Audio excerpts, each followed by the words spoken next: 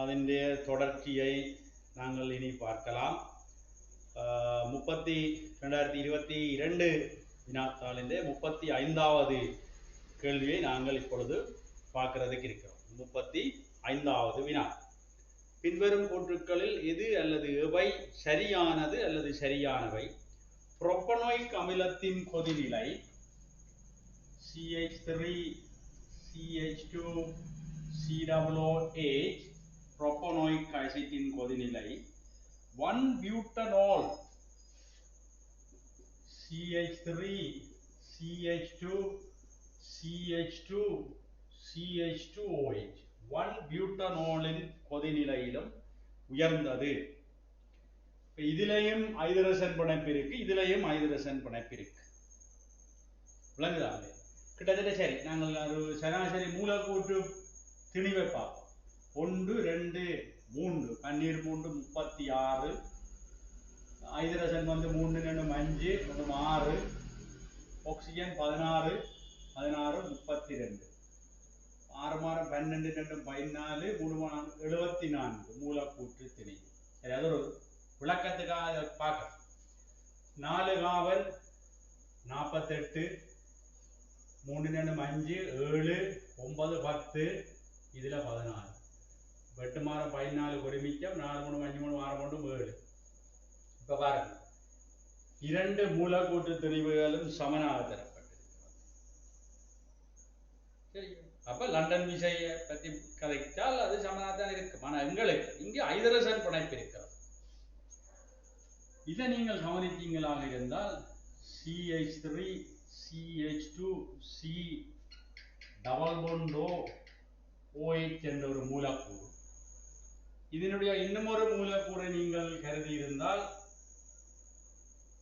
OH double bond CH2 CH3. இங்க பாருங்கள், hydrogen பிணைப்பு இருக்கிறது. இல்லை,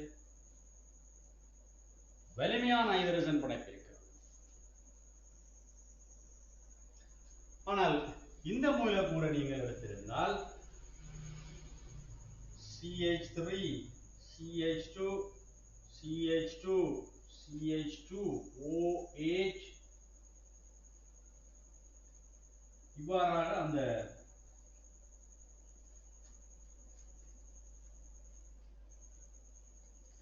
ஹைட்ரஜன் பிணைப்பு காணப்படும். ஆகவே இந்த புரோப்பனோயிக் அமிலத்திலே ஹைட்ரஜன் பிணைப்பு ஒரு வலிமையான ஹைட்ரஜன் பிணைப்பாக காணப்படுகிறதால அங்க மூலக்கூற்று பருமன் சமனாக இருக்கின்ற பொழுதிலையும் உருகுநிலை கொதிநிலை புரோப்பனோயிக் அமிலத்துக்கு உயர்வாக இருக்கிறது. அப்ப அது அந்த கூற்று சரி. விளங்குதா? அடுத்தது பென்டேனின் கொதிநிலை. Pentane alkane CH3 CH2 CH2 CH2 CH3 pentane கொதிநிலை 2 methyl butane. 2 methyl butane, right? CH3 CH CH3 CH2 CH 2 methyl butane இன் அப்பருமானத்திலும் உயர்ந்தது. எஸ், இது ரெண்டுக்கு மூலக்கூற்று சூத்திரம் ஒன்றுதான், C5H12. ரெண்டுக்கு மூலக்கூற்று சூத்திரம் ஒன்றுதான். இதுக்கும் இதுக்கும் ஒரே மூலக்கூற்று சூத்திரம் தான் இருக்கப்படுது. ரைட், இரண்டுக்கும் மூலக்கூற்று சூத்திரம் ஒரே மூலக்கூற்று சூத்திரம் தான் இருக்கு. சரி, ஆனால் கட்டமைப்பு ரீதியில் அது மாற்றம் பெற்றிருக்கு. கட்டமைப்பு ரீதியிலே இது மாற்றம் பெற்றிருக்கு. இது நீட்டல் சங்கிலி, நீட்டல் பரப்பு, நீட்டல் பரப்பு. இதே ஒரு சிறிய அரை கோல பரப்பு ஒன்று உருவாகும். சரி, இதிலே ஒரு அரை கோல பரப்பு உருவாகிறது. நீட்டல் பரப்பு குறைகிறது.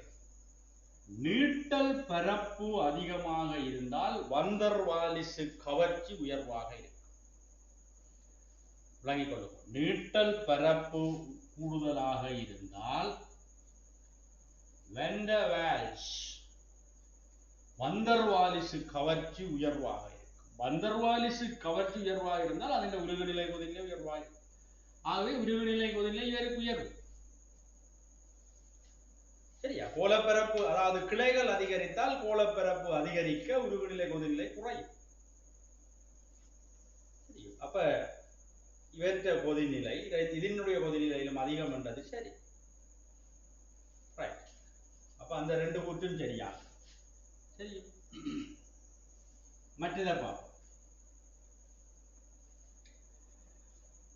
பியூட்டனல்லின் கொதிநிலை ஆல்டிஹைட் பியூட்டனல்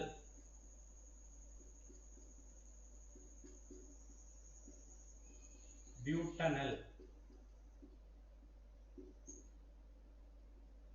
பியூட்டனல் இன் கொதிநிலை 1 பியூட்டனோல் இன் கொதிநிலை பியூட்டனோல்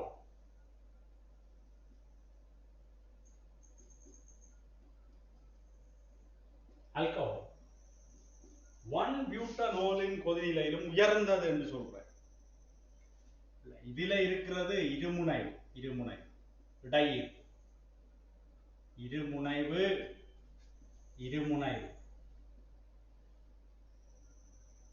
இடையீர்ப்பு தான் இருக்கு முனைவில். இதுல இருக்கிறது ஐதரசன் புனை. இது வலிமையான இடையீர்ப்பு தானே. ஆகவே இதுக்குத்தான் உருகுநிலை கொதிநிலை இதை விட. ஆகவே அந்த கூற்று பிழையான கூற்று. ஹெக்சேனின் கொதிநிலை அடுத்தது. சரி, ஹெக்சேன்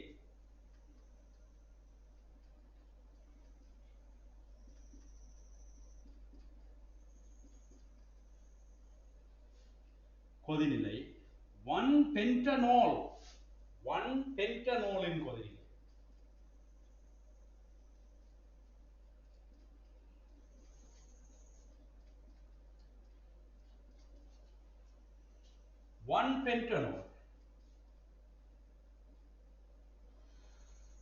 நோலின் கொதிநிலையிலும் உயர்ந்தது என்று சொல்றார். இல்லையே, இதுல என்ன இருக்குது?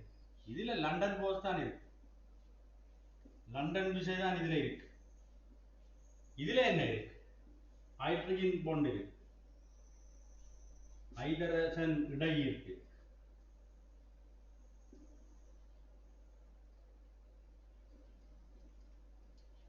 ஆகவே இதுக்குத்தான் கொதிநிலை கூட.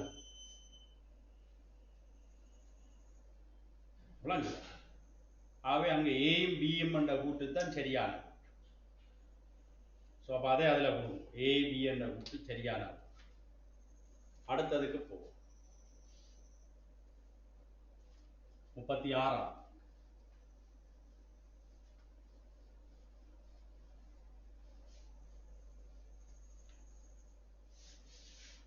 நைட்ரிக் அமிலம் அதன் உப்புக்கள் ஆகியன தொடர்பாக பின்வரும் கூற்று சரியானது. நைட்ரிக் அமிலம்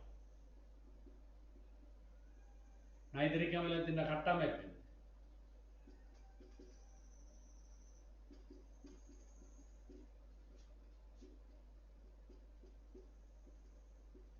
நைட்ரிக் அமிலம் பற்றிய கூற்றுக்கள் சரியானது. ஐதான HNO3 செறிந்த HNO3 ஆகிய இரண்டும் ஒட்சியேற்றும் கருவிகளாக தொழிற்படும். உண்மை. ஏன் பாப்பமா? இங்க பாருங்க, செறிந்த HNO3 எடுத்தீங்கள் என்றால் இப்படித்தான் அது பிரியும். NO என்றால் செறிந்தது என்றால் கிட்டத்தட்ட 98%. NO3 minus NO2 gas and H2O. ஐதான HNO3 எடுத்தீங்கள் என்றால்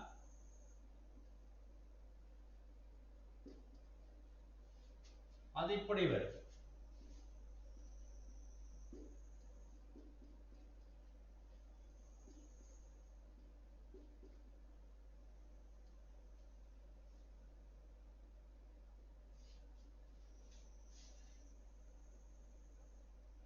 இதுல நீங்க பாருங்க, இப்ப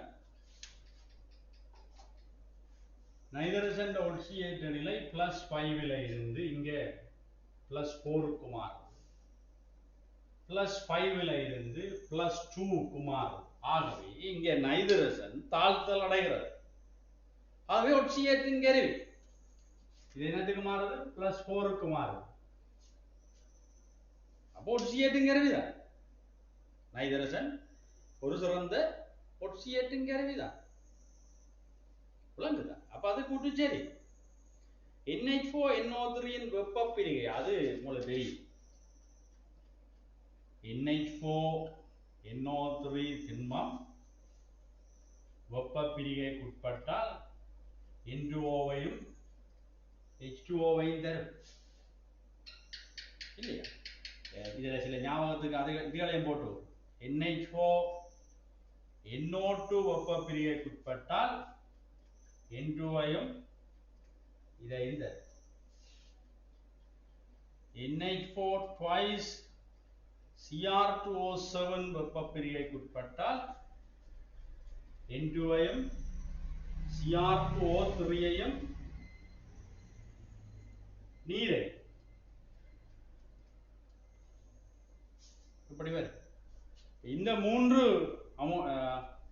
அமோனியத்தின் உப்புக்கள் அமோனியாவை தராது வெப்பமேற்றை.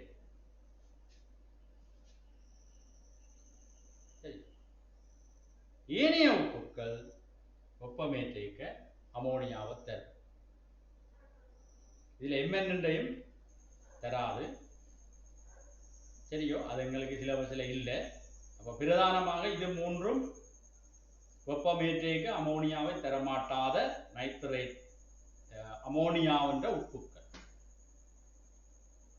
ஏனைய அமோனியம் உப்புக்கள் வெப்பமேற்றைக்கு அமோனியாவை தரும். சரியோ? ரைட். இதுல MnO4 அமோனியம்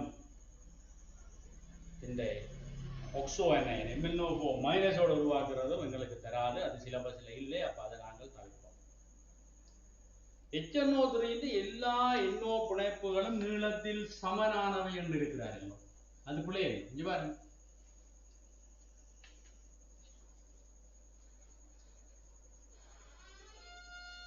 இது ரெண்டும் நீளத்தில சமனானவை பரிவினால். இதுக்கு ஒரு பரிவு இருக்கு. இப்படி எழுதலாம். பரிவால்.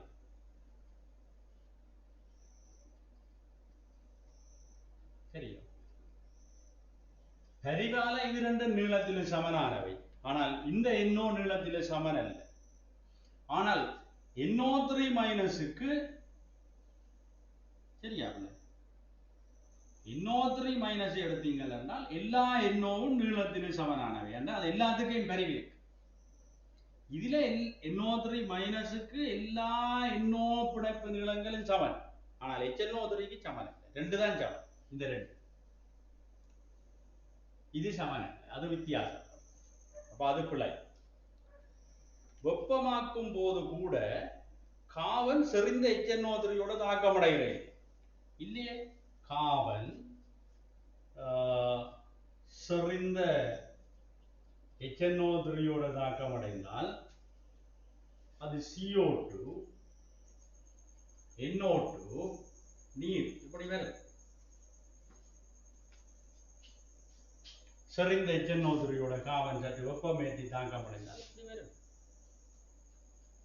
ஆகவே அங்க தாக்கம் இல்லைன்னு சொல்லி இருக்கிற அப்ப அந்த கூட்டு பிழை. சரிதானே?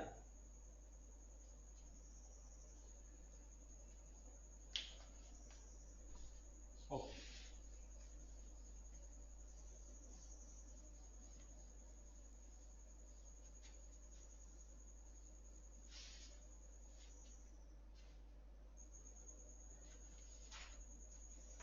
ரைட்.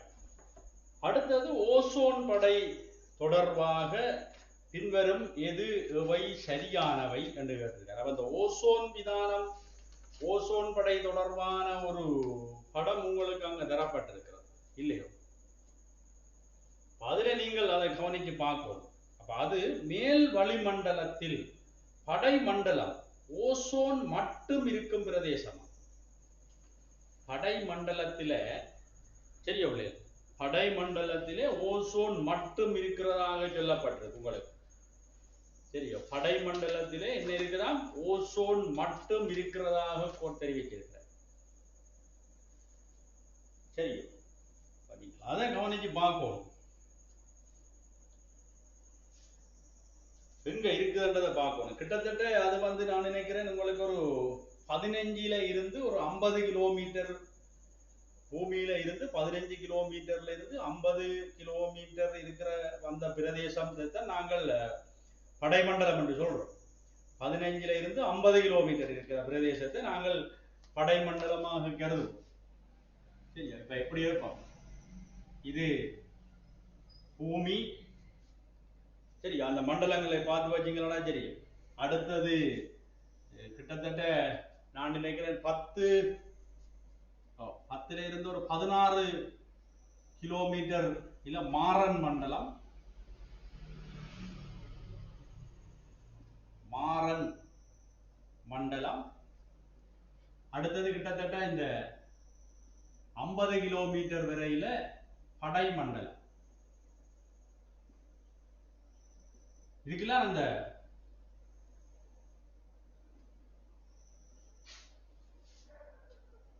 ஓசோன் படை இருக்குது படைமண்டலம். அதுல சொல்ற ஓசோன் மட்டும் இருக்கிறதாக, வாயு மட்டும் இருக்கிறதா இருக்குமா புள்ள. படைமண்டலத்துல இந்த ஓசோன் வாயு சூரியன்ல இருந்து வருகின்ற அந்த கலியூதா கதிர்கள், யூவி கதிர்கள், ஓரளவு இடைச்சக்தி உள்ள கதிர்கள், உயர்ந்த சக்தி உடைய யூவி, மிக தாழ்ந்த சக்தி உடைய யூவி, இடைச்சக்தி உடைய யூவி என்று 3 விதமாக அந்த யூவி வந்து கதிர்ப்பு மூலம் சூரியன்ல இருந்து பூமிக்கு வெற்றிடத்துக்கு வருது. கடத்தல், மேற்காவுவை, கதிர்ப்பு இவ்வளவும் இருக்கு. கடத்தல், மேற்காவுவை ஊடகம் தேவை, கதிர்ப்புக்கு தேவை. ஆகவே சூரியனுக்கு பூமிக்கு முடியல வெற்றிடம் இருக்கு. அப்ப கதிர்ப்பு மூலம் பெறும். அதிலே இடைச்சக்தி கொண்ட அந்த யூவி கதிர்கள் இத மோதி ஆக்சிஜன் வாயு இப்படி தனியோ அணுவையும் எடுக்கும். இப்ப சொல்லுங்க, வடமண்டலத்தில அதுல கேட்ட கேள்வி என்ன உங்கள்ட்ட குறிப்பிட்ட கேள்வி. மேல் வளிமண்டலம் அதாவது படை மண்டலத்தில் ஓசோன் மட்டும் இருக்கிற பிரதேசம் அப்படியோ இருக்கு. ஆக்சிஜன் இருக்கு, தனி ஓ இருக்கு. இது முக்கியம். கிட்டத்தட்ட இதுலயும் நான் படிப்பிக்கிறேன் 15 கிலோமீட்டர் தொடக்கம் ஒரு 35 கிலோமீட்டர் மட்டும் இந்த ஓசோன் படைக்குரிய பிரதேசம். சரி, அதை நீங்கள் வாசிச்சு மேலதிக விளக்கத்தை பெற்றுக் கொள்ளுங்கோ. ஆகவே படை மண்டலத்தில் ஓசோன் மட்டும் இருக்கிற கூற்று பிழை என்பதை நான் இங்க எழுத வச்சிருக்கேன். இதெல்லாம் இருக்கு. ஓகே,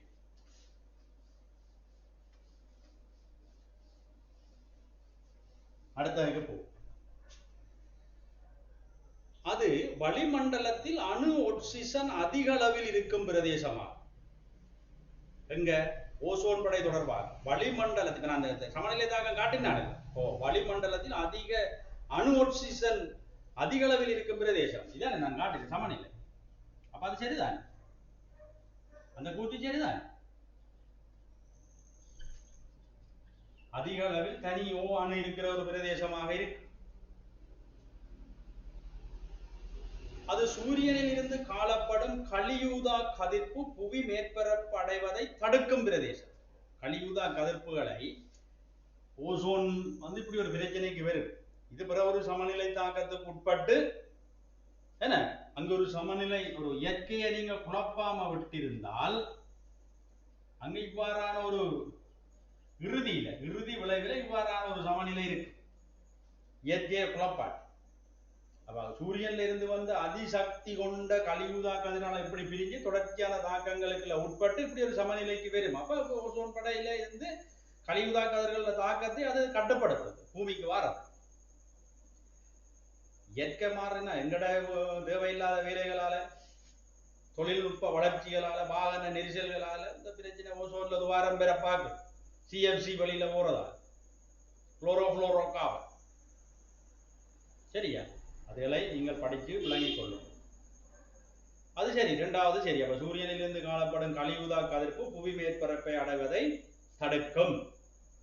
இப்பிரதேசத்தில் ஓசோன் உடைவு குளோரின் இன்றிய மூலிக பொறிமுறையின் ஊடாக மட்டும் நடைபெறும். இல்லையே, அதுக்கு இல்லை.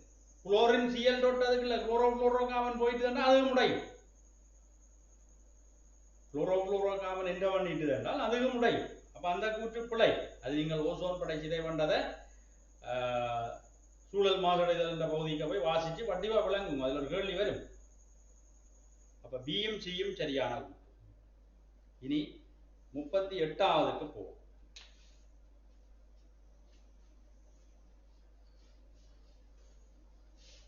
ஓகே. 25 பாகை சி வெப்பநிலையில் ஒரு அடைக்கப்பட்ட போத்தலில் 0.135 மோல் டெசிமீட்டர் -3 மெதாயில் அமைன் நீர்க்கரைசலின் 100 சென்டிமீட்டர் கனம் இருக்கு. இப்படி இருக்கு. சரியா? CH3NH2 நீர்க்கரைசல்னா நீரும் இருக்குது. இதுண்ட ஒரு 100 சென்டிமீட்டர் கனத்துல அதுக்குள்ள இருக்கிற அந்த மெதாயில் அமைன் என்ற செறிவு 0.135 மோல் டெசிமீட்டர் -3 என்று தரப்பட்டிருக்கு. நீருடன் கலக்காத சேதன கரைப்பானோட குலுக்குறோம். இப்ப சேர்த்து எங்களுக்கு அது எவ்வாறு அடர்த்தி இருக்கும் என்று தெரியல. ஆனால் நாங்கள் போடுவோம். சேதன கரைப்பான ஆர்கானிக் என்று போடுறோம். ORG 75 சென்டிமீட்டர் கனம் நீர் சமநிலையில CH3NH2 மெதாயில் அமைன் CH3NH2 ரெண்டுலையும் கலந்துருக்கு. இது பங்கெடுக்கணும். சரியோ? இப்ப நீர்ப்படையின் 50 சென்டிமீட்டர் கனம் இதுல இருந்து ஒரு 50 சென்டிமீட்டர் கனத்தை எடுக்கும். அப்ப யார் இருக்குது? CH3NH2 இருக்குது. கரைசல் நீர்ப்படையின் 50 சென்டிமீட்டர் கனம் 0.2 மோல் டெசிமீட்டர் -3 HCl ஓட நியமிப்பு செய்கிறது. HCl கரைசலோட நியமிப்பு செய்தால் CH3NH3 plus Cl minus என்ற சேர்வு உருவாகும்.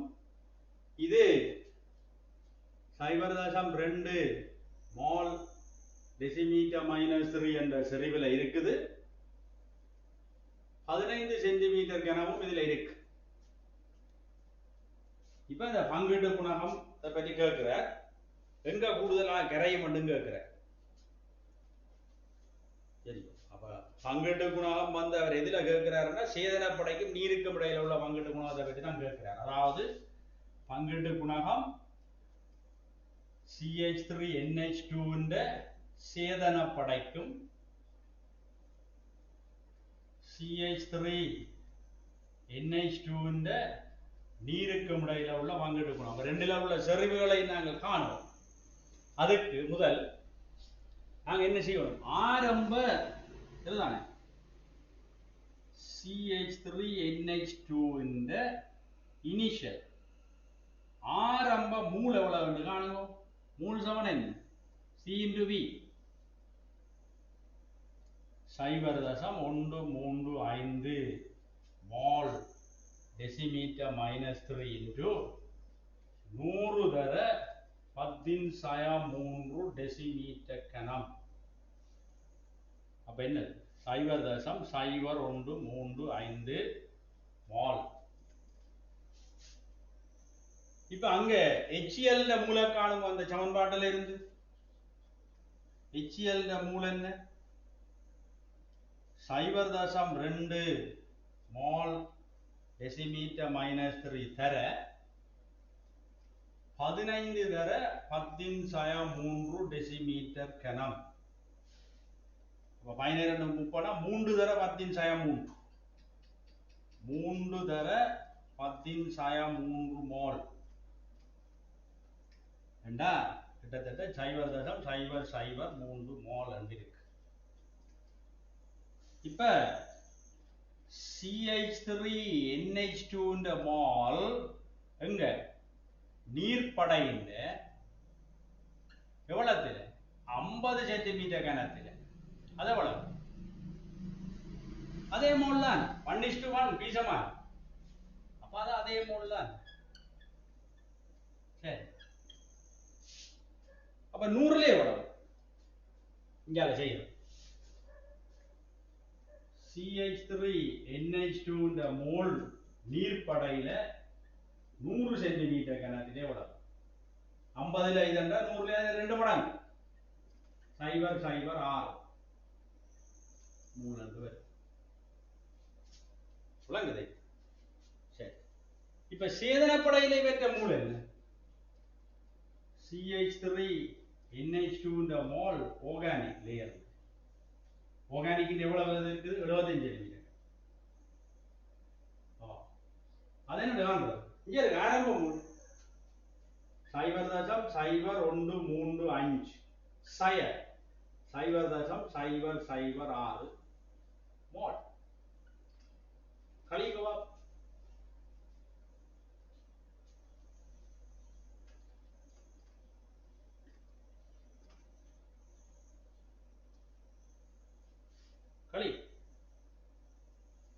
கழிக்காத வரும் 5 எவ்வளவு 5 7 0 0 0 அப்ப எவ்வளவு 0.0075 மோல் இனி இங்க பங்கிட்டுக்கும் அதுக்குரிய சமன்பாடு இந்த சமன்பாடு 1 அதுல போடுவோம் கேடியை காணுவோம் ஆர்கானிக் இங்க இருக்கு அப்ப இதை நாங்கள் இப்படி எழுதுவோம் 75 தர 10⁴ மோல் இன் கீழ் செறிவுக்கு இல்ல ஒன்றோடு என்ன செறிவுக்கு கொண்டு வரணும் இல்லை எவ்வளவு செறிவு கனளவு என்ன 75 இது மோல் இது டெசிமீட்டர் கனம் அவலத்தின் கீழ் நீர்ப்படையில் என்ன நாங்க இப்ப கண்டு வச்சிருக்கோம் எல்லாம் 100 சென்டிமீட்டர் கன நீர்ப்படையில் எங்க இருக்கு 6 தர 10⁻³ மூலின் கீழ் 100 10⁻³ டெசிமீட்டர் கனம் அதை சுருக்கி விடையடுங்கோ நான் இதை மேலே எழுதுறேன் அந்த மிச்சத்தை இடம் போதாமை காரணமாக அதன் சுருக்குதலை நான் மேலே எழுதுறேன் நல்லது பரவாயில்லை இதில் எங்கேயாச்சும் சுருக்கையில் பண்ணா சுருக்கி போடலாம் சரி போடுவோம் கேடி சமன் இது 75 எல்லாம் வெட்டப்பட்டிடம் 10⁻³ அங்க 1 தர 10⁻⁴ மிச்சமா இருக்கும் கீழ் 10⁻³ 10⁻³ எல்லாம் வெட்டப்பட்டிடம் இதை நீங்க வேணும்னா 6 தர 10⁻² போடலாம் 10 ன் கீழ் 6 6ன்னா கிட்டத்தட்ட 1.67 அப்படி வரும் கேடி இதான் கேடி இனி கேட்ட கேள்விக்கு விடைய போகும் சேதன படைக்கும் நீர்ப்படைக்கும் இடையே CH3NH2 இந்த பங்கீட்டு குணகம் கேடி 1.67 சரி எந்தான அப்ப அந்த விட சரி ரைட் அப்ப இரண்டாவது விடை சேதன படைக்கு நீருக்கும் இடையே கேடி வந்து வேற ஒரு பிரமாணம் தந்துக்கார் அது போல நீர்ப்படையில் எதுல கூடுதலா கரையுது இங்க பாருங்க ஆர்கானிக் லேயர்ல 0.007 கரையுது நீர்ப்படையில 0.006 தான் கரையுது அப்ப சேதனப்படையில கூட கரையுது சேதனப்படையில கூட கரையுது அப்ப சேதனப்படையில் CH3NH2 கூடுதலாக கரைகிறது என்றது சரி அப்ப ஏயும் டியும் தான் சரி ஓகே புரியுங்கோ பக்கண்டு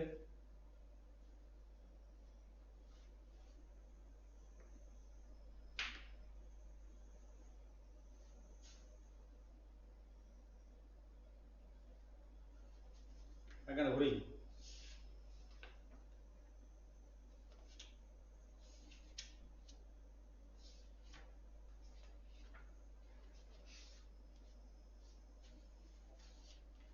சரி, இனி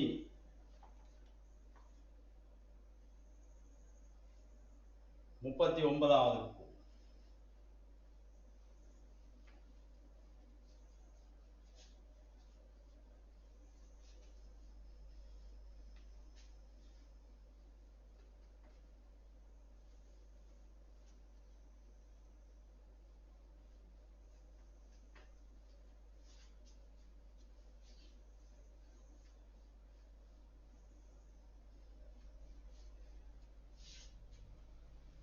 சரி, 39வது.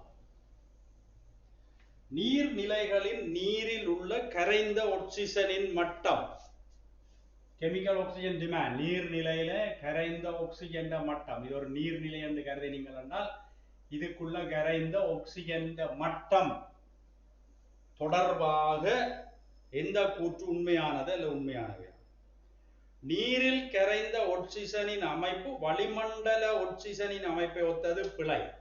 வளிமண்டல ஆக்சிஜன் இந்த அமைப்பு நீரில் கரைந்த ஆக்சிஜன் அமைப்பை விட அதிகம். வளிமண்டலத்தை 21% இருக்கு.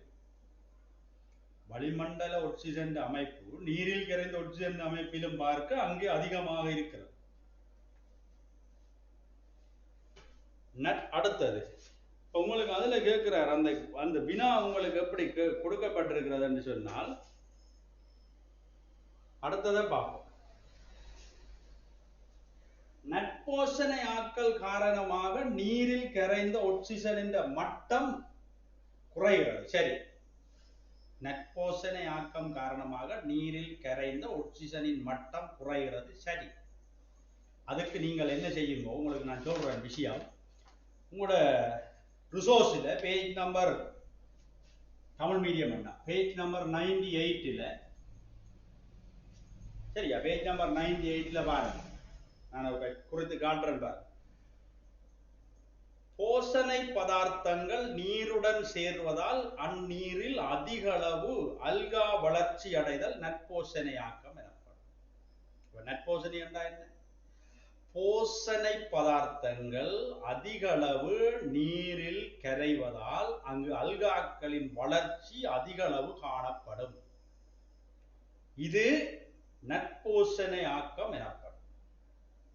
இப்படி நட்போசனை ஆக்கம் வந்தால் என்ன நடக்கும் என்றதை பற்றி அடுத்ததை பாருங்க. அல்காக்கள் அதிக அளவு வளர்ச்சி அடைவதால் நீர் மேற்பரப்பில் தடித்த சமுதாய படையாக காணப்படும். அல்கா நிறைய வளர்ந்தால் நீரின் மேலே ஒரு பட்டை மாதிரி அது இருக்கும். இது என்ன செய்யும்? சூரியனில் இருந்து வார ஒளியை நீருக்குள்ள ஊடுருவதை குறைக்கும். ஆகவே நீர்வாழ் தாவரங்களின் ஒளித்தொகுப்பு பாதிப்படை. இதன் காரணமாக சூரிய ஒளி அந்நீர்நிலையின் கீழ்ப்படைகளுக்கு செல்வதில்லை. ஆதலால் அவ்வாறான கீழ்ப்படைகளில் ஒளித்தொகுப்பு நிகழாமையினால் ஆக்சிஜன் அந்த நீரில் கரையாமையினாலும் கீழ்ப்படைகளில் கரைந்த நிலை ஆக்சிஜன் மட்டம் குறைவடைகிறது. சரியா? அப்ப அல்கா வளர்றதால சூரிய ஒளி போதிய அளவு கீழே போறாதால ஆக்சிஜன் நீரில் கரையாம விடும், ஒளித்தொகுப்பு குன்றிக்கொள்ளும், பாதிப்படையும். இப்ப கரைந்த ஆக்சிஜன் அளவு குறையும். அப்ப அவர் சொல்றாரு, நட்போசனையாகும் காரணமாக நீரில் கரைந்த ஆக்சிஜன் மட்டம் குறைகிறது. சரி, நீரில் கரைந்த ஆக்சிஜன் மட்டம் அதிகமாக உள்ள போது நீரில் H2S உருவாக்கப்படலாம். பிழை. நீரில் கரைந்த ஆக்சிஜன் அளவு குறைவாக உள்ள போதுதான் H2S உருவாக்கம். அப்ப அது பிழை. ஒளித்தொகுப்பின் ஊடாக நீர்வாழ் தாவரங்கள் நீரில் கரைந்த ஆக்சிஜன் மட்டத்திற்கு பங்களிப்பு செய்கின்றன. சரியோ? ஒளித்தொகுப்பூடாக நீர்வாழ் தாவரங்கள் ஓகே நீரில் கரைந்த ஆக்சிஜன் மட்டத்துக்கு அது சரி பங்களிப்பு செய்கிறது. அது சரி. அப்ப பியும் டியும் தான் சரியான கூற்று. அப்ப 5வது விடை. ரைட்? ஓகே. அடுத்தது தரப்பட்ட கைத்தொழில் செயல்முறைகள் தொடர்பாக பின்வரும் எந்த கூற்று அல்லது எந்த கூற்றுக்கள் சரியானது? ஊதுதுளையினால் இரும்பை பிரித்தெடுப்பதில் பயன்படுத்தப்படும் ஒரு மூலப்பொருளாகிய கற்கரி ஒரு தாழ்த்தும் கருவியாக மாத்திரம் தொழிற்படுவது இல்லை. நீங்கள் நான் அடுத்த முறை வேண்டுமென்றால் உங்களுக்கு அந்த இரும்பு பிரித்தெடுப்பை பற்றி ஒரு மேலோட்டமாக சொல்லி விடுறேன். சில இண்டஸ்ட்ரியல் செக்ஷனில் கொஞ்சம் மேலோட்டமாக சொல்கிறேன். இன்னும் ஒரு பேப்பரும் செய்த பிறகு சொல்றேன். ஊதுதுறை நீங்க பார்த்தீங்கன்னா தெரியும், கற்கரி ஒரு தாழ்த்தும் கருவியாக மட்டும் தொழிற்படுகிற இந்த கூற்று அங்க பிழையான கூற்று.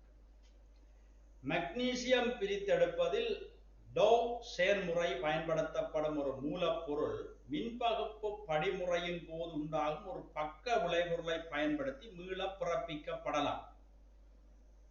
எஸ், அது நீங்கள் அந்த டோ ப்ரோசஸை பாருங்க. இது எக்ஸ்பிளைன் பண்ண வேண்டி வழிகிட்டால் ஃபுல்லா ஒவ்வொரு இண்டஸ்ட்ரியலையும் சொல்லவும் நீங்கள் இரும்பு தயாரிப்பை பாருங்க, டோ ப்ரோசஸை பாருங்க, அது விளங்கிக்கொள்ளும். அந்த கூட்டு சரி. ரூட்டாயிலை பயன்படுத்தி இயற்கை இருப்பு டைட்டேனியத்தில் உயர் தூய்மை உள்ள டைட்டேனியம் ஆக்சைடை உற்பத்தி செய்கையில் குளோரினேற்ற படிமுறையில் அசேதன மாசுக்கள் அகற்றப்படும் என்ற கூட்டு சரி. டைட்டேனியம் சம்பந்தமான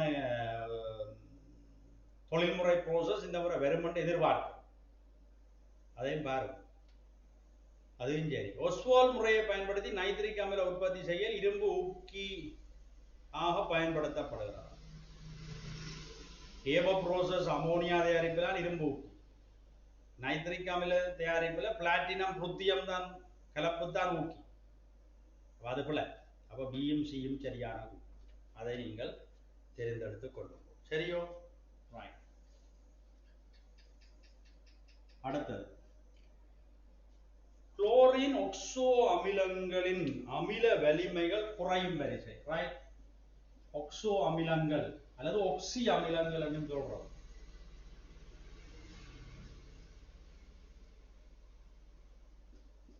சரியா?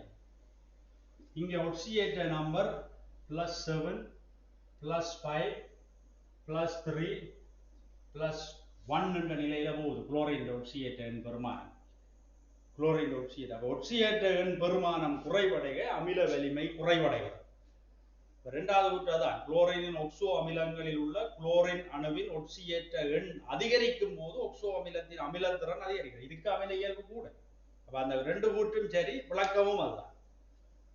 முதலாவது விட இது சுகமான நேரடி கேள்வி. H2S வாயு K2Cr2O7 ஒரு அமில கரைசலுடன் தாக்கும் போது மூலக கந்தம் உண்டாகிறது. சரி, அது உங்களுக்கு தெரியும் தான். என்னது? Cr2O7 2- என்னன்னு உங்களுக்கு வருது? 2 Cr3+, 7 நீர், 14 H+, 6 இலத்தல். அடுத்தது H2S சல்பர் 2H+, 2 இலத்தல். இதான் 2 அரையாயம் தாக்கங்கள். அப்ப அது சரிதான், மூலக கந்தம் உண்டாகிறதுன்றது சரி. H2S வாயு K2Cr2O7 ஒரு அமில கரைசலுடன் தாக்கம் அடையும் போது மூலக கந்தம் மாறுதுன்றது சரி. அமில ஊடகத்தில் H2S வாயு ஒரு தாழ்த்தும் கருவியாக தொழிற்படலாம். அமில ஊடகத்தில் H2S தான் -2 இருந்து 0 ஒட்சியேற்றம் அடைகிறபடியால் தாழ்த்தும் கருவியாக தொழிற்படலாம். சரி, அது முதலாவது ஆன்சர். அடுத்ததை பார்ப்போம். 43வது MC.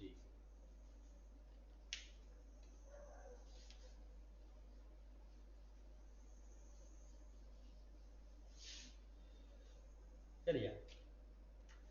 இந்த பாருங்க, தாக்க வீத தொடரில் மேலே உள்ள அனுசங்கள் கீழே உள்ளதை அதன் உப்பில் இருந்து இடம்பெயர்க்கும்.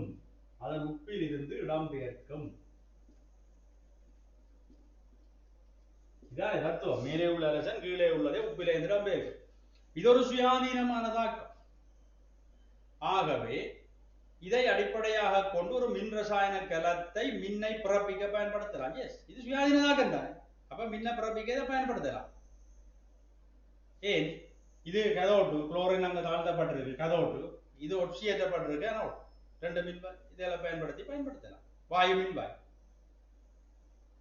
குளோரைடு. சரி, Cl2 கேஸ் ஆனது I2 சொலிட்டிலும் வலிமையான ஒரு தாழ்த்துங்கருவியாகும். Cl2 தான் தாழ்த்தல் அடையும். அப்ப வலிமையான ஒட்சியேற்றுங்கருவி. அப்ப அந்த இரண்டாம் கூற்று பிழை. அவர் தாழ்த்துங்கருவி என்று சொல்லி அது ஒட்சியேற்றுங்கருவி. Cl2 தான் தாழ்த்தல் அடைகிறபடியா ஒட்சியேற்றுங்கருவி. அப்ப அங்க அது தாழ்த்துங்கருவி என்றபடியா பிழை. அப்ப முதலாவது கூற்று சரி, இரண்டாவது கூற்று பிழை. மூன்றாவது கிரிக்னாட். அடுத்தது 44. கிரிக்னாட் சோதனை பொருள் RMGX அல்லது இப்படி கிரிக்னாட் சோதனை பொருள் நீருடன் தாக்கம் புரிந்து அல்கஹோல்களை தருகிறது. பிழை.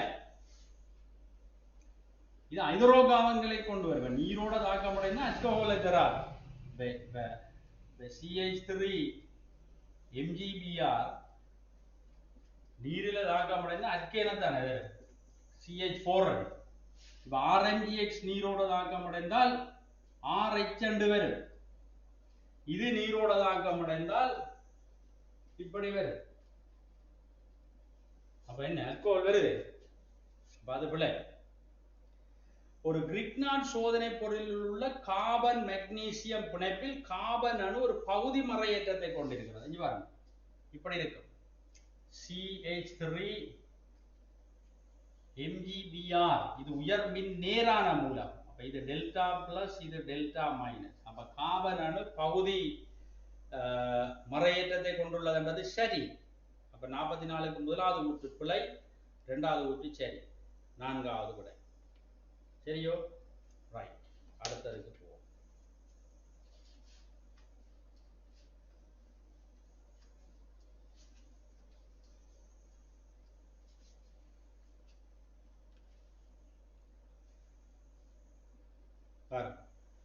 அனிலீனில் இருந்து உண்டாகும் தயோசோனியம் உப்புக்கள் இப்படி.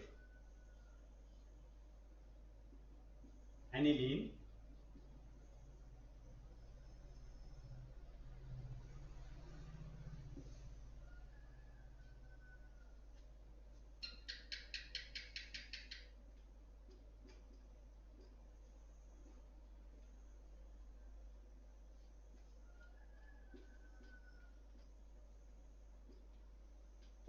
தயோசோனியம் உப்பு, டயசோனியம் சால்ட் என்று சொல்ற தயோசோனியம் உப்பு வெப்பநிலை 0.5 பாகையில உறுதியாக இருக்கும். அதே வேளை முதல் அலிபெர்டிக் அமீனில் இருந்து RNH2 இருந்து இதே கண்டிஷன் நீங்கள் போட்டால் வருகின்ற RN2 plus Cl minus என்றது உறுதி குறைவான. இது உறுதி குறைவு இருக்கா, உறுதியற்றது. இந்த வெப்பநிலையில் 0 இருந்து 5 அது உறுதி இல்லை. என்ன காரணம்? இந்த இடத்துல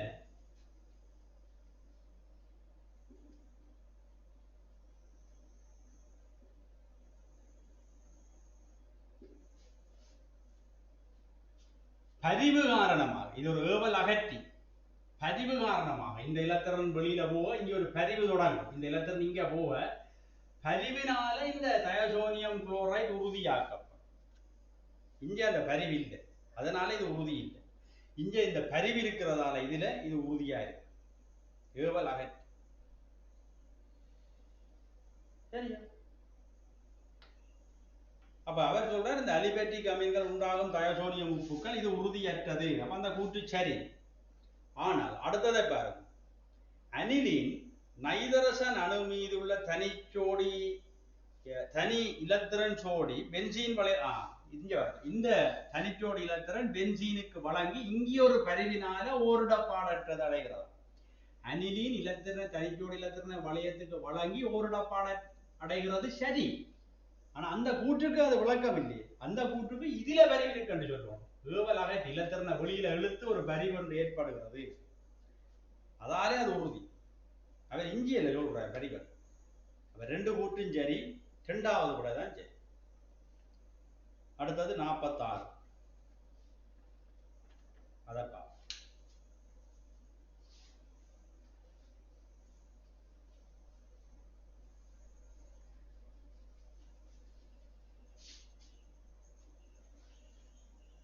சரியா? பாருங்க, ஒரு தரப்பட்ட வெப்பநிலையில் முற்றாக கலக்கும் இரண்டு திரவங்கள் கலப்பதன் மூலம் ஒரு இலட்சிய துவித திரவ கலவை உண்டாகும் போது வெப்ப உளுரை மாற்றம் பூஜ்ஜியம். வேண்டாம், ஒரு இலட்சிய கரைசலில வெப்ப பரிமாற்றம் நடைபெறுகிறது இல்லை. ஆகவே வெப்ப உள்ளுறை மாற்றம் டெல்டா H பூஜ்ஜியம். கவனிச்சு கொள்வோம். அது சரி. அடுத்தது, இந்த ஒரு இலட்சிய கரைசலை நீங்க பார்த்தீங்கன்னா ஏ பி என்ற ரெண்டு இலட்சிய கரைசலை பார்த்தீங்கன்னா துவித கரைசலை பார்த்தா அதுண்ட ஏக்கு இடையிலான இடையீர்ப்பு பிபிக்கு இடையிலான இடையீர்ப்பு ஏபிக்கு இடையிலான இடையீர்ப்பு எல்லாம் சமன். இதாலதான் அந்த வெப்ப உள்ளுற மாற்றம் பூஜ்ஜியமாக இருக்கு. சரி, அப்ப இரண்டாவது தொடர், ஒரு தரப்பட்ட வெப்பநிலையில் ஒரு இலட்சிய துவித திரவ கலவையில் இருக்கும் எல்லா மூலக்கூற்றுடைய விசைகளும் சமன். அது சரி, விளக்கமும் அதுதான். அப்ப ஒன்றுதான் கொடுக்கணும். இனி 47.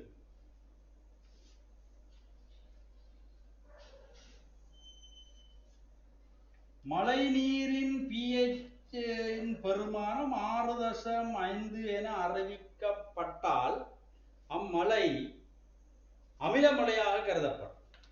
இல்ல, என்னண்டா மழை நீர்ல மழை நீர் தெரியும், இதுல CO2 மட்டும் கரைஞ்சிருந்தாலே pH 5.62 வரும் கிட்டத்தட்ட. இதே அமில மழை இல்லை. அப்ப pH 5.6க்கு குறைவாக இருக்கிற பொழுதுலதான் அதை நாங்கள் அமிலமலை என்று சொல்றோம். இதாதான் CO2 அமிலமலைக்கு காரணமான வாயு இல்லை. SO2, NO2, SO3, NO அதெல்லாம் அமிலமலைக்கு காரணமான NO NO2 ஆக்சிஜேற்றம் அடையும். அதாலதான் NO இருக்கு.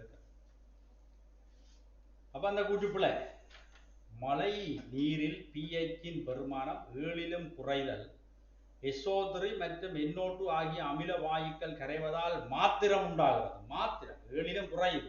5 என்றாலும் 7ல குறையுது, 4லும் 7ல குறைவுதான். 7லையும் குறையறா CO2 பெருந்தான். சரியோ? அப்ப SO3 NO2 ஆகிய ரெண்டு இருக்கு. SO2 வரும். அப்ப அது பிள்ளை. அப்ப ரெண்டும் பிழையான கூட்டு. 5வது விடை 47. இனி 48.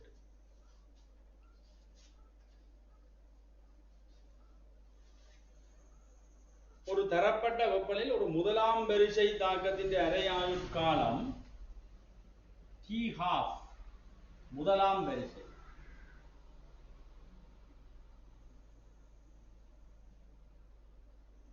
(0.693K). அது சரி. பூஜ்ஜிய வரிசைக்கு நிறைய ஆயுட்காலம்.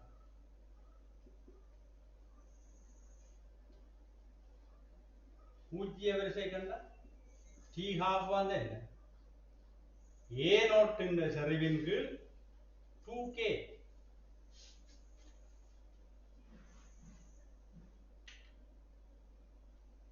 அப்ப இவர் தந்துருக்கா முதலாம் வரிசை தாக்கத்தின் நிறைய ஆயுள் காலம் இப்படி தந்திருக்கிறார். அப்ப அந்த கூட்டு சரி.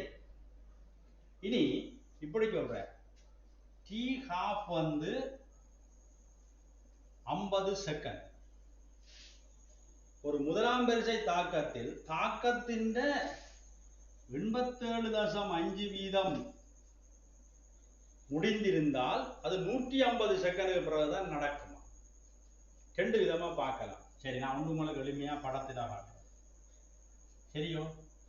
இப்படி இருக்கு. இது 100% இருக்கு. A0 இருக்குன்னு வைப்பமே. ரைட், இதுதான் இந்த கிராஃப். சரி, T12 இருக்கு. இது T12 இந்த லென்த். சரியோ? இந்த T12ல எவ்வளவு? 50% தாக்கம் அடைஞ்சிருக்கு. அடுத்த அரைவாசி ஆகிறதுக்கு வர்றது 2T12. இங்க இருந்து இவ்வளவு 2T12. அது எவ்வளவு? இதுன்ற அரைவாசி 25. அடுத்த அரைவாசி நடக்கிறது 3T12. 3T12. 3T12. இது 2T12. அது 3t half. இது 3t half. அது எவ்வளவு? 25 தரவாசி 12 தசம் எவ்வளவு?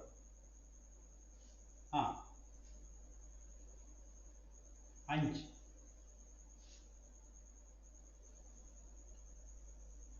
தசம் 5. ஓ, அப்ப இத கூட்டுங்க. 75 50 25 12 தசம் 5 கூட்டுங்க. 7 87 தசம் 5. அப்ப 87 தசம் 5 தாக்கமுடைய இல்ல, 87 தசம் 5 தாக்கமுடைய 3 டி வருது. அப்ப 50 50 50 150 150 செகண்ட்ல இது நடக்கும். இது ஒரு முறை. இன்னும் ஒரு முறையை பார்க்கணும். எவ்வளவு தாக்கம் நிறைவு இது இருக்கு? 87 தசம் 5. நிறைவு அடையாமல் உள்ளது எவ்வளவு? எஞ்சியது அல்லது மீறி 100 சய 87 தசம் 5. அது 12 தசம் 5. இந்த சமன்பாட்டில் போடும். அரையினுடைய எண்ணாம் அடுக்கு சமன் 12 தசம் 5 இன் கீழ் 100. அது 0 தசம் 125. இது என்ன எழுத? அரையினுடைய எண் சமன் 0 தசம் 125 1 இன் கீழ் 8 எழுதலாம். அதானே 0 தசம் 125. இதுல என்ன வரும்? 3. ஆகவே 3 தர t half. அது எவ்வளவு? 3 தர 50 செகண்ட். அது சமன் 150 செகண்ட். இது கணிச்சு செய்கிறது. ஒன்று படத்தால செய்கிறது, ஒன்று கணிச்சும் செய்து காட்டுகிறது. சரி, எப்படியும் செய்யும். ஒன்று படம், மற்றது கணிப்பு. 2 மாதிரியும் செய்யலாம். ஒரு 3 படத்தால செய்யலாம். 10 தரமண்டா 10 டி ஹாஃப்ல என்ன நேரமண்டா படம் குறிக்கானல கணிச்சு தான் காணும். ரைட், சரியோ? அப்ப இந்த சமன்பாட்டுக்கும் அவர் அங்க வந்ததுக்கும் தொடர்பு இல்லை. அந்த விடைக்கும் இந்த சரி. ஆகவே அது 2வது விட தான் நீங்க உருக்கோம். சரி,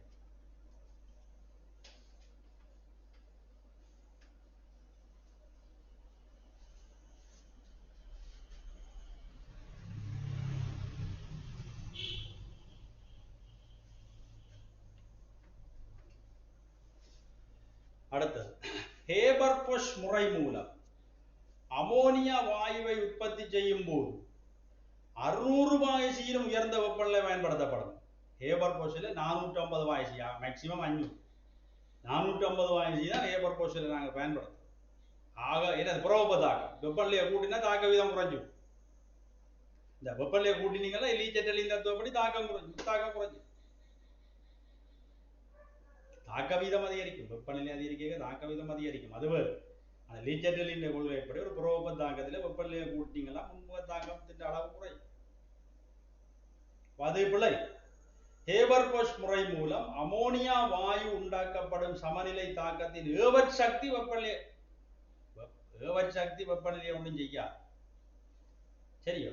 ஊக்கியே ஏவற் சக்தி குறைவான மாற்றுப்பாதையை தான் கொண்டிருமே ஒழிய ஊக்கியில இந்த ஏவற் சக்தியில எந்த ஒரு மாற்றத்தை ஊக்கி ஏற்படுத்தாது.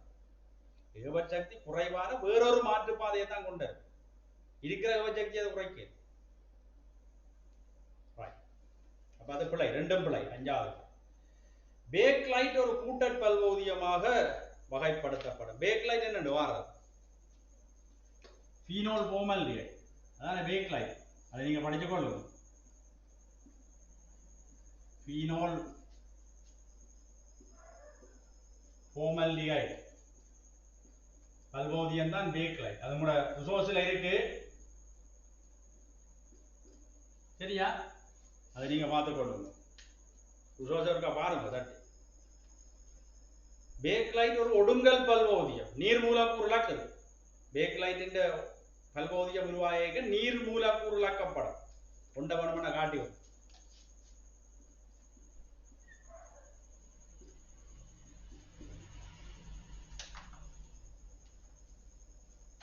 இப்படி நீர் மூலக்கூறு இழக்கப்படும்.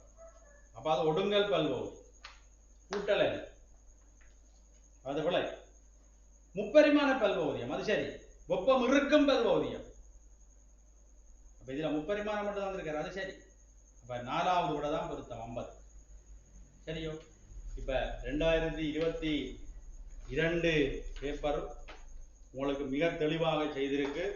இதுல நிறைய பிள்ளைகள் நீங்கள் கூடுதலாக எங்களை மட்டக்களப்பு மன்னர் அல்லது கொழும்புல இருக்கிற பிள்ளைகள், நிறைய பிள்ளைகள் இதை விரைவாக செய்து விடுங்கள் என்று நீங்கள் எனக்கு மெயில் அனுப்புகிறீர்கள்.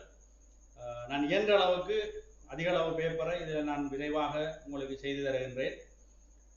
நான் நினைக்கிறேன் 2021 பேப்பர் முதலே நான் இந்த காணொலி அமைப்புகளிலே செய்திருக்க வேண்டும். நான் அதை செக் பண்ணி சொல்றேன். அப்படி 2021 செய்திருந்தால் 2020 செய்வேன் நான் அடுத்தது. சரியா? அந்த 21 கூடிய லிங்க் வேணும்னா மீண்டும் உங்களுக்கு அனுப்பலாம். செய்திருந்தால் நான் அனுப்புகிறேன். அதிலும் நல்ல விரிவாக செய்யப்பட்டது உண்டு. அடுத்த நீங்கள் கேட்டதற்கு இணங்க அடுத்த இந்த வெளியீடுகள் தொடர்ச்சியாக உங்களுக்கு இனி வரும். உங்களோட சோதனையை கருதி பிள்ளைகளே இருக்கிறார்கள். 60 நாட்கள் கிட்ட இருக்கிறது சார், தொடர்ச்சியாக தயவு செய்து தொடர்ச்சியாக அனுப்புங்கள் என்று. என்னுடைய வேலைப்பாடு காரணமாக சில தடங்கள் வருகிறது. இருந்தாலும் நான் மேக்சிமம் ட்ரை பண்ணி உங்களுக்கு இதை தொடர்ச்சியாக நான் வழங்கி வைக்கின்றேன். உங்களுடைய நல்ல பெறுபவர்களுக்கு ஆண்டவன் துணை இருக்கு. நன்றி.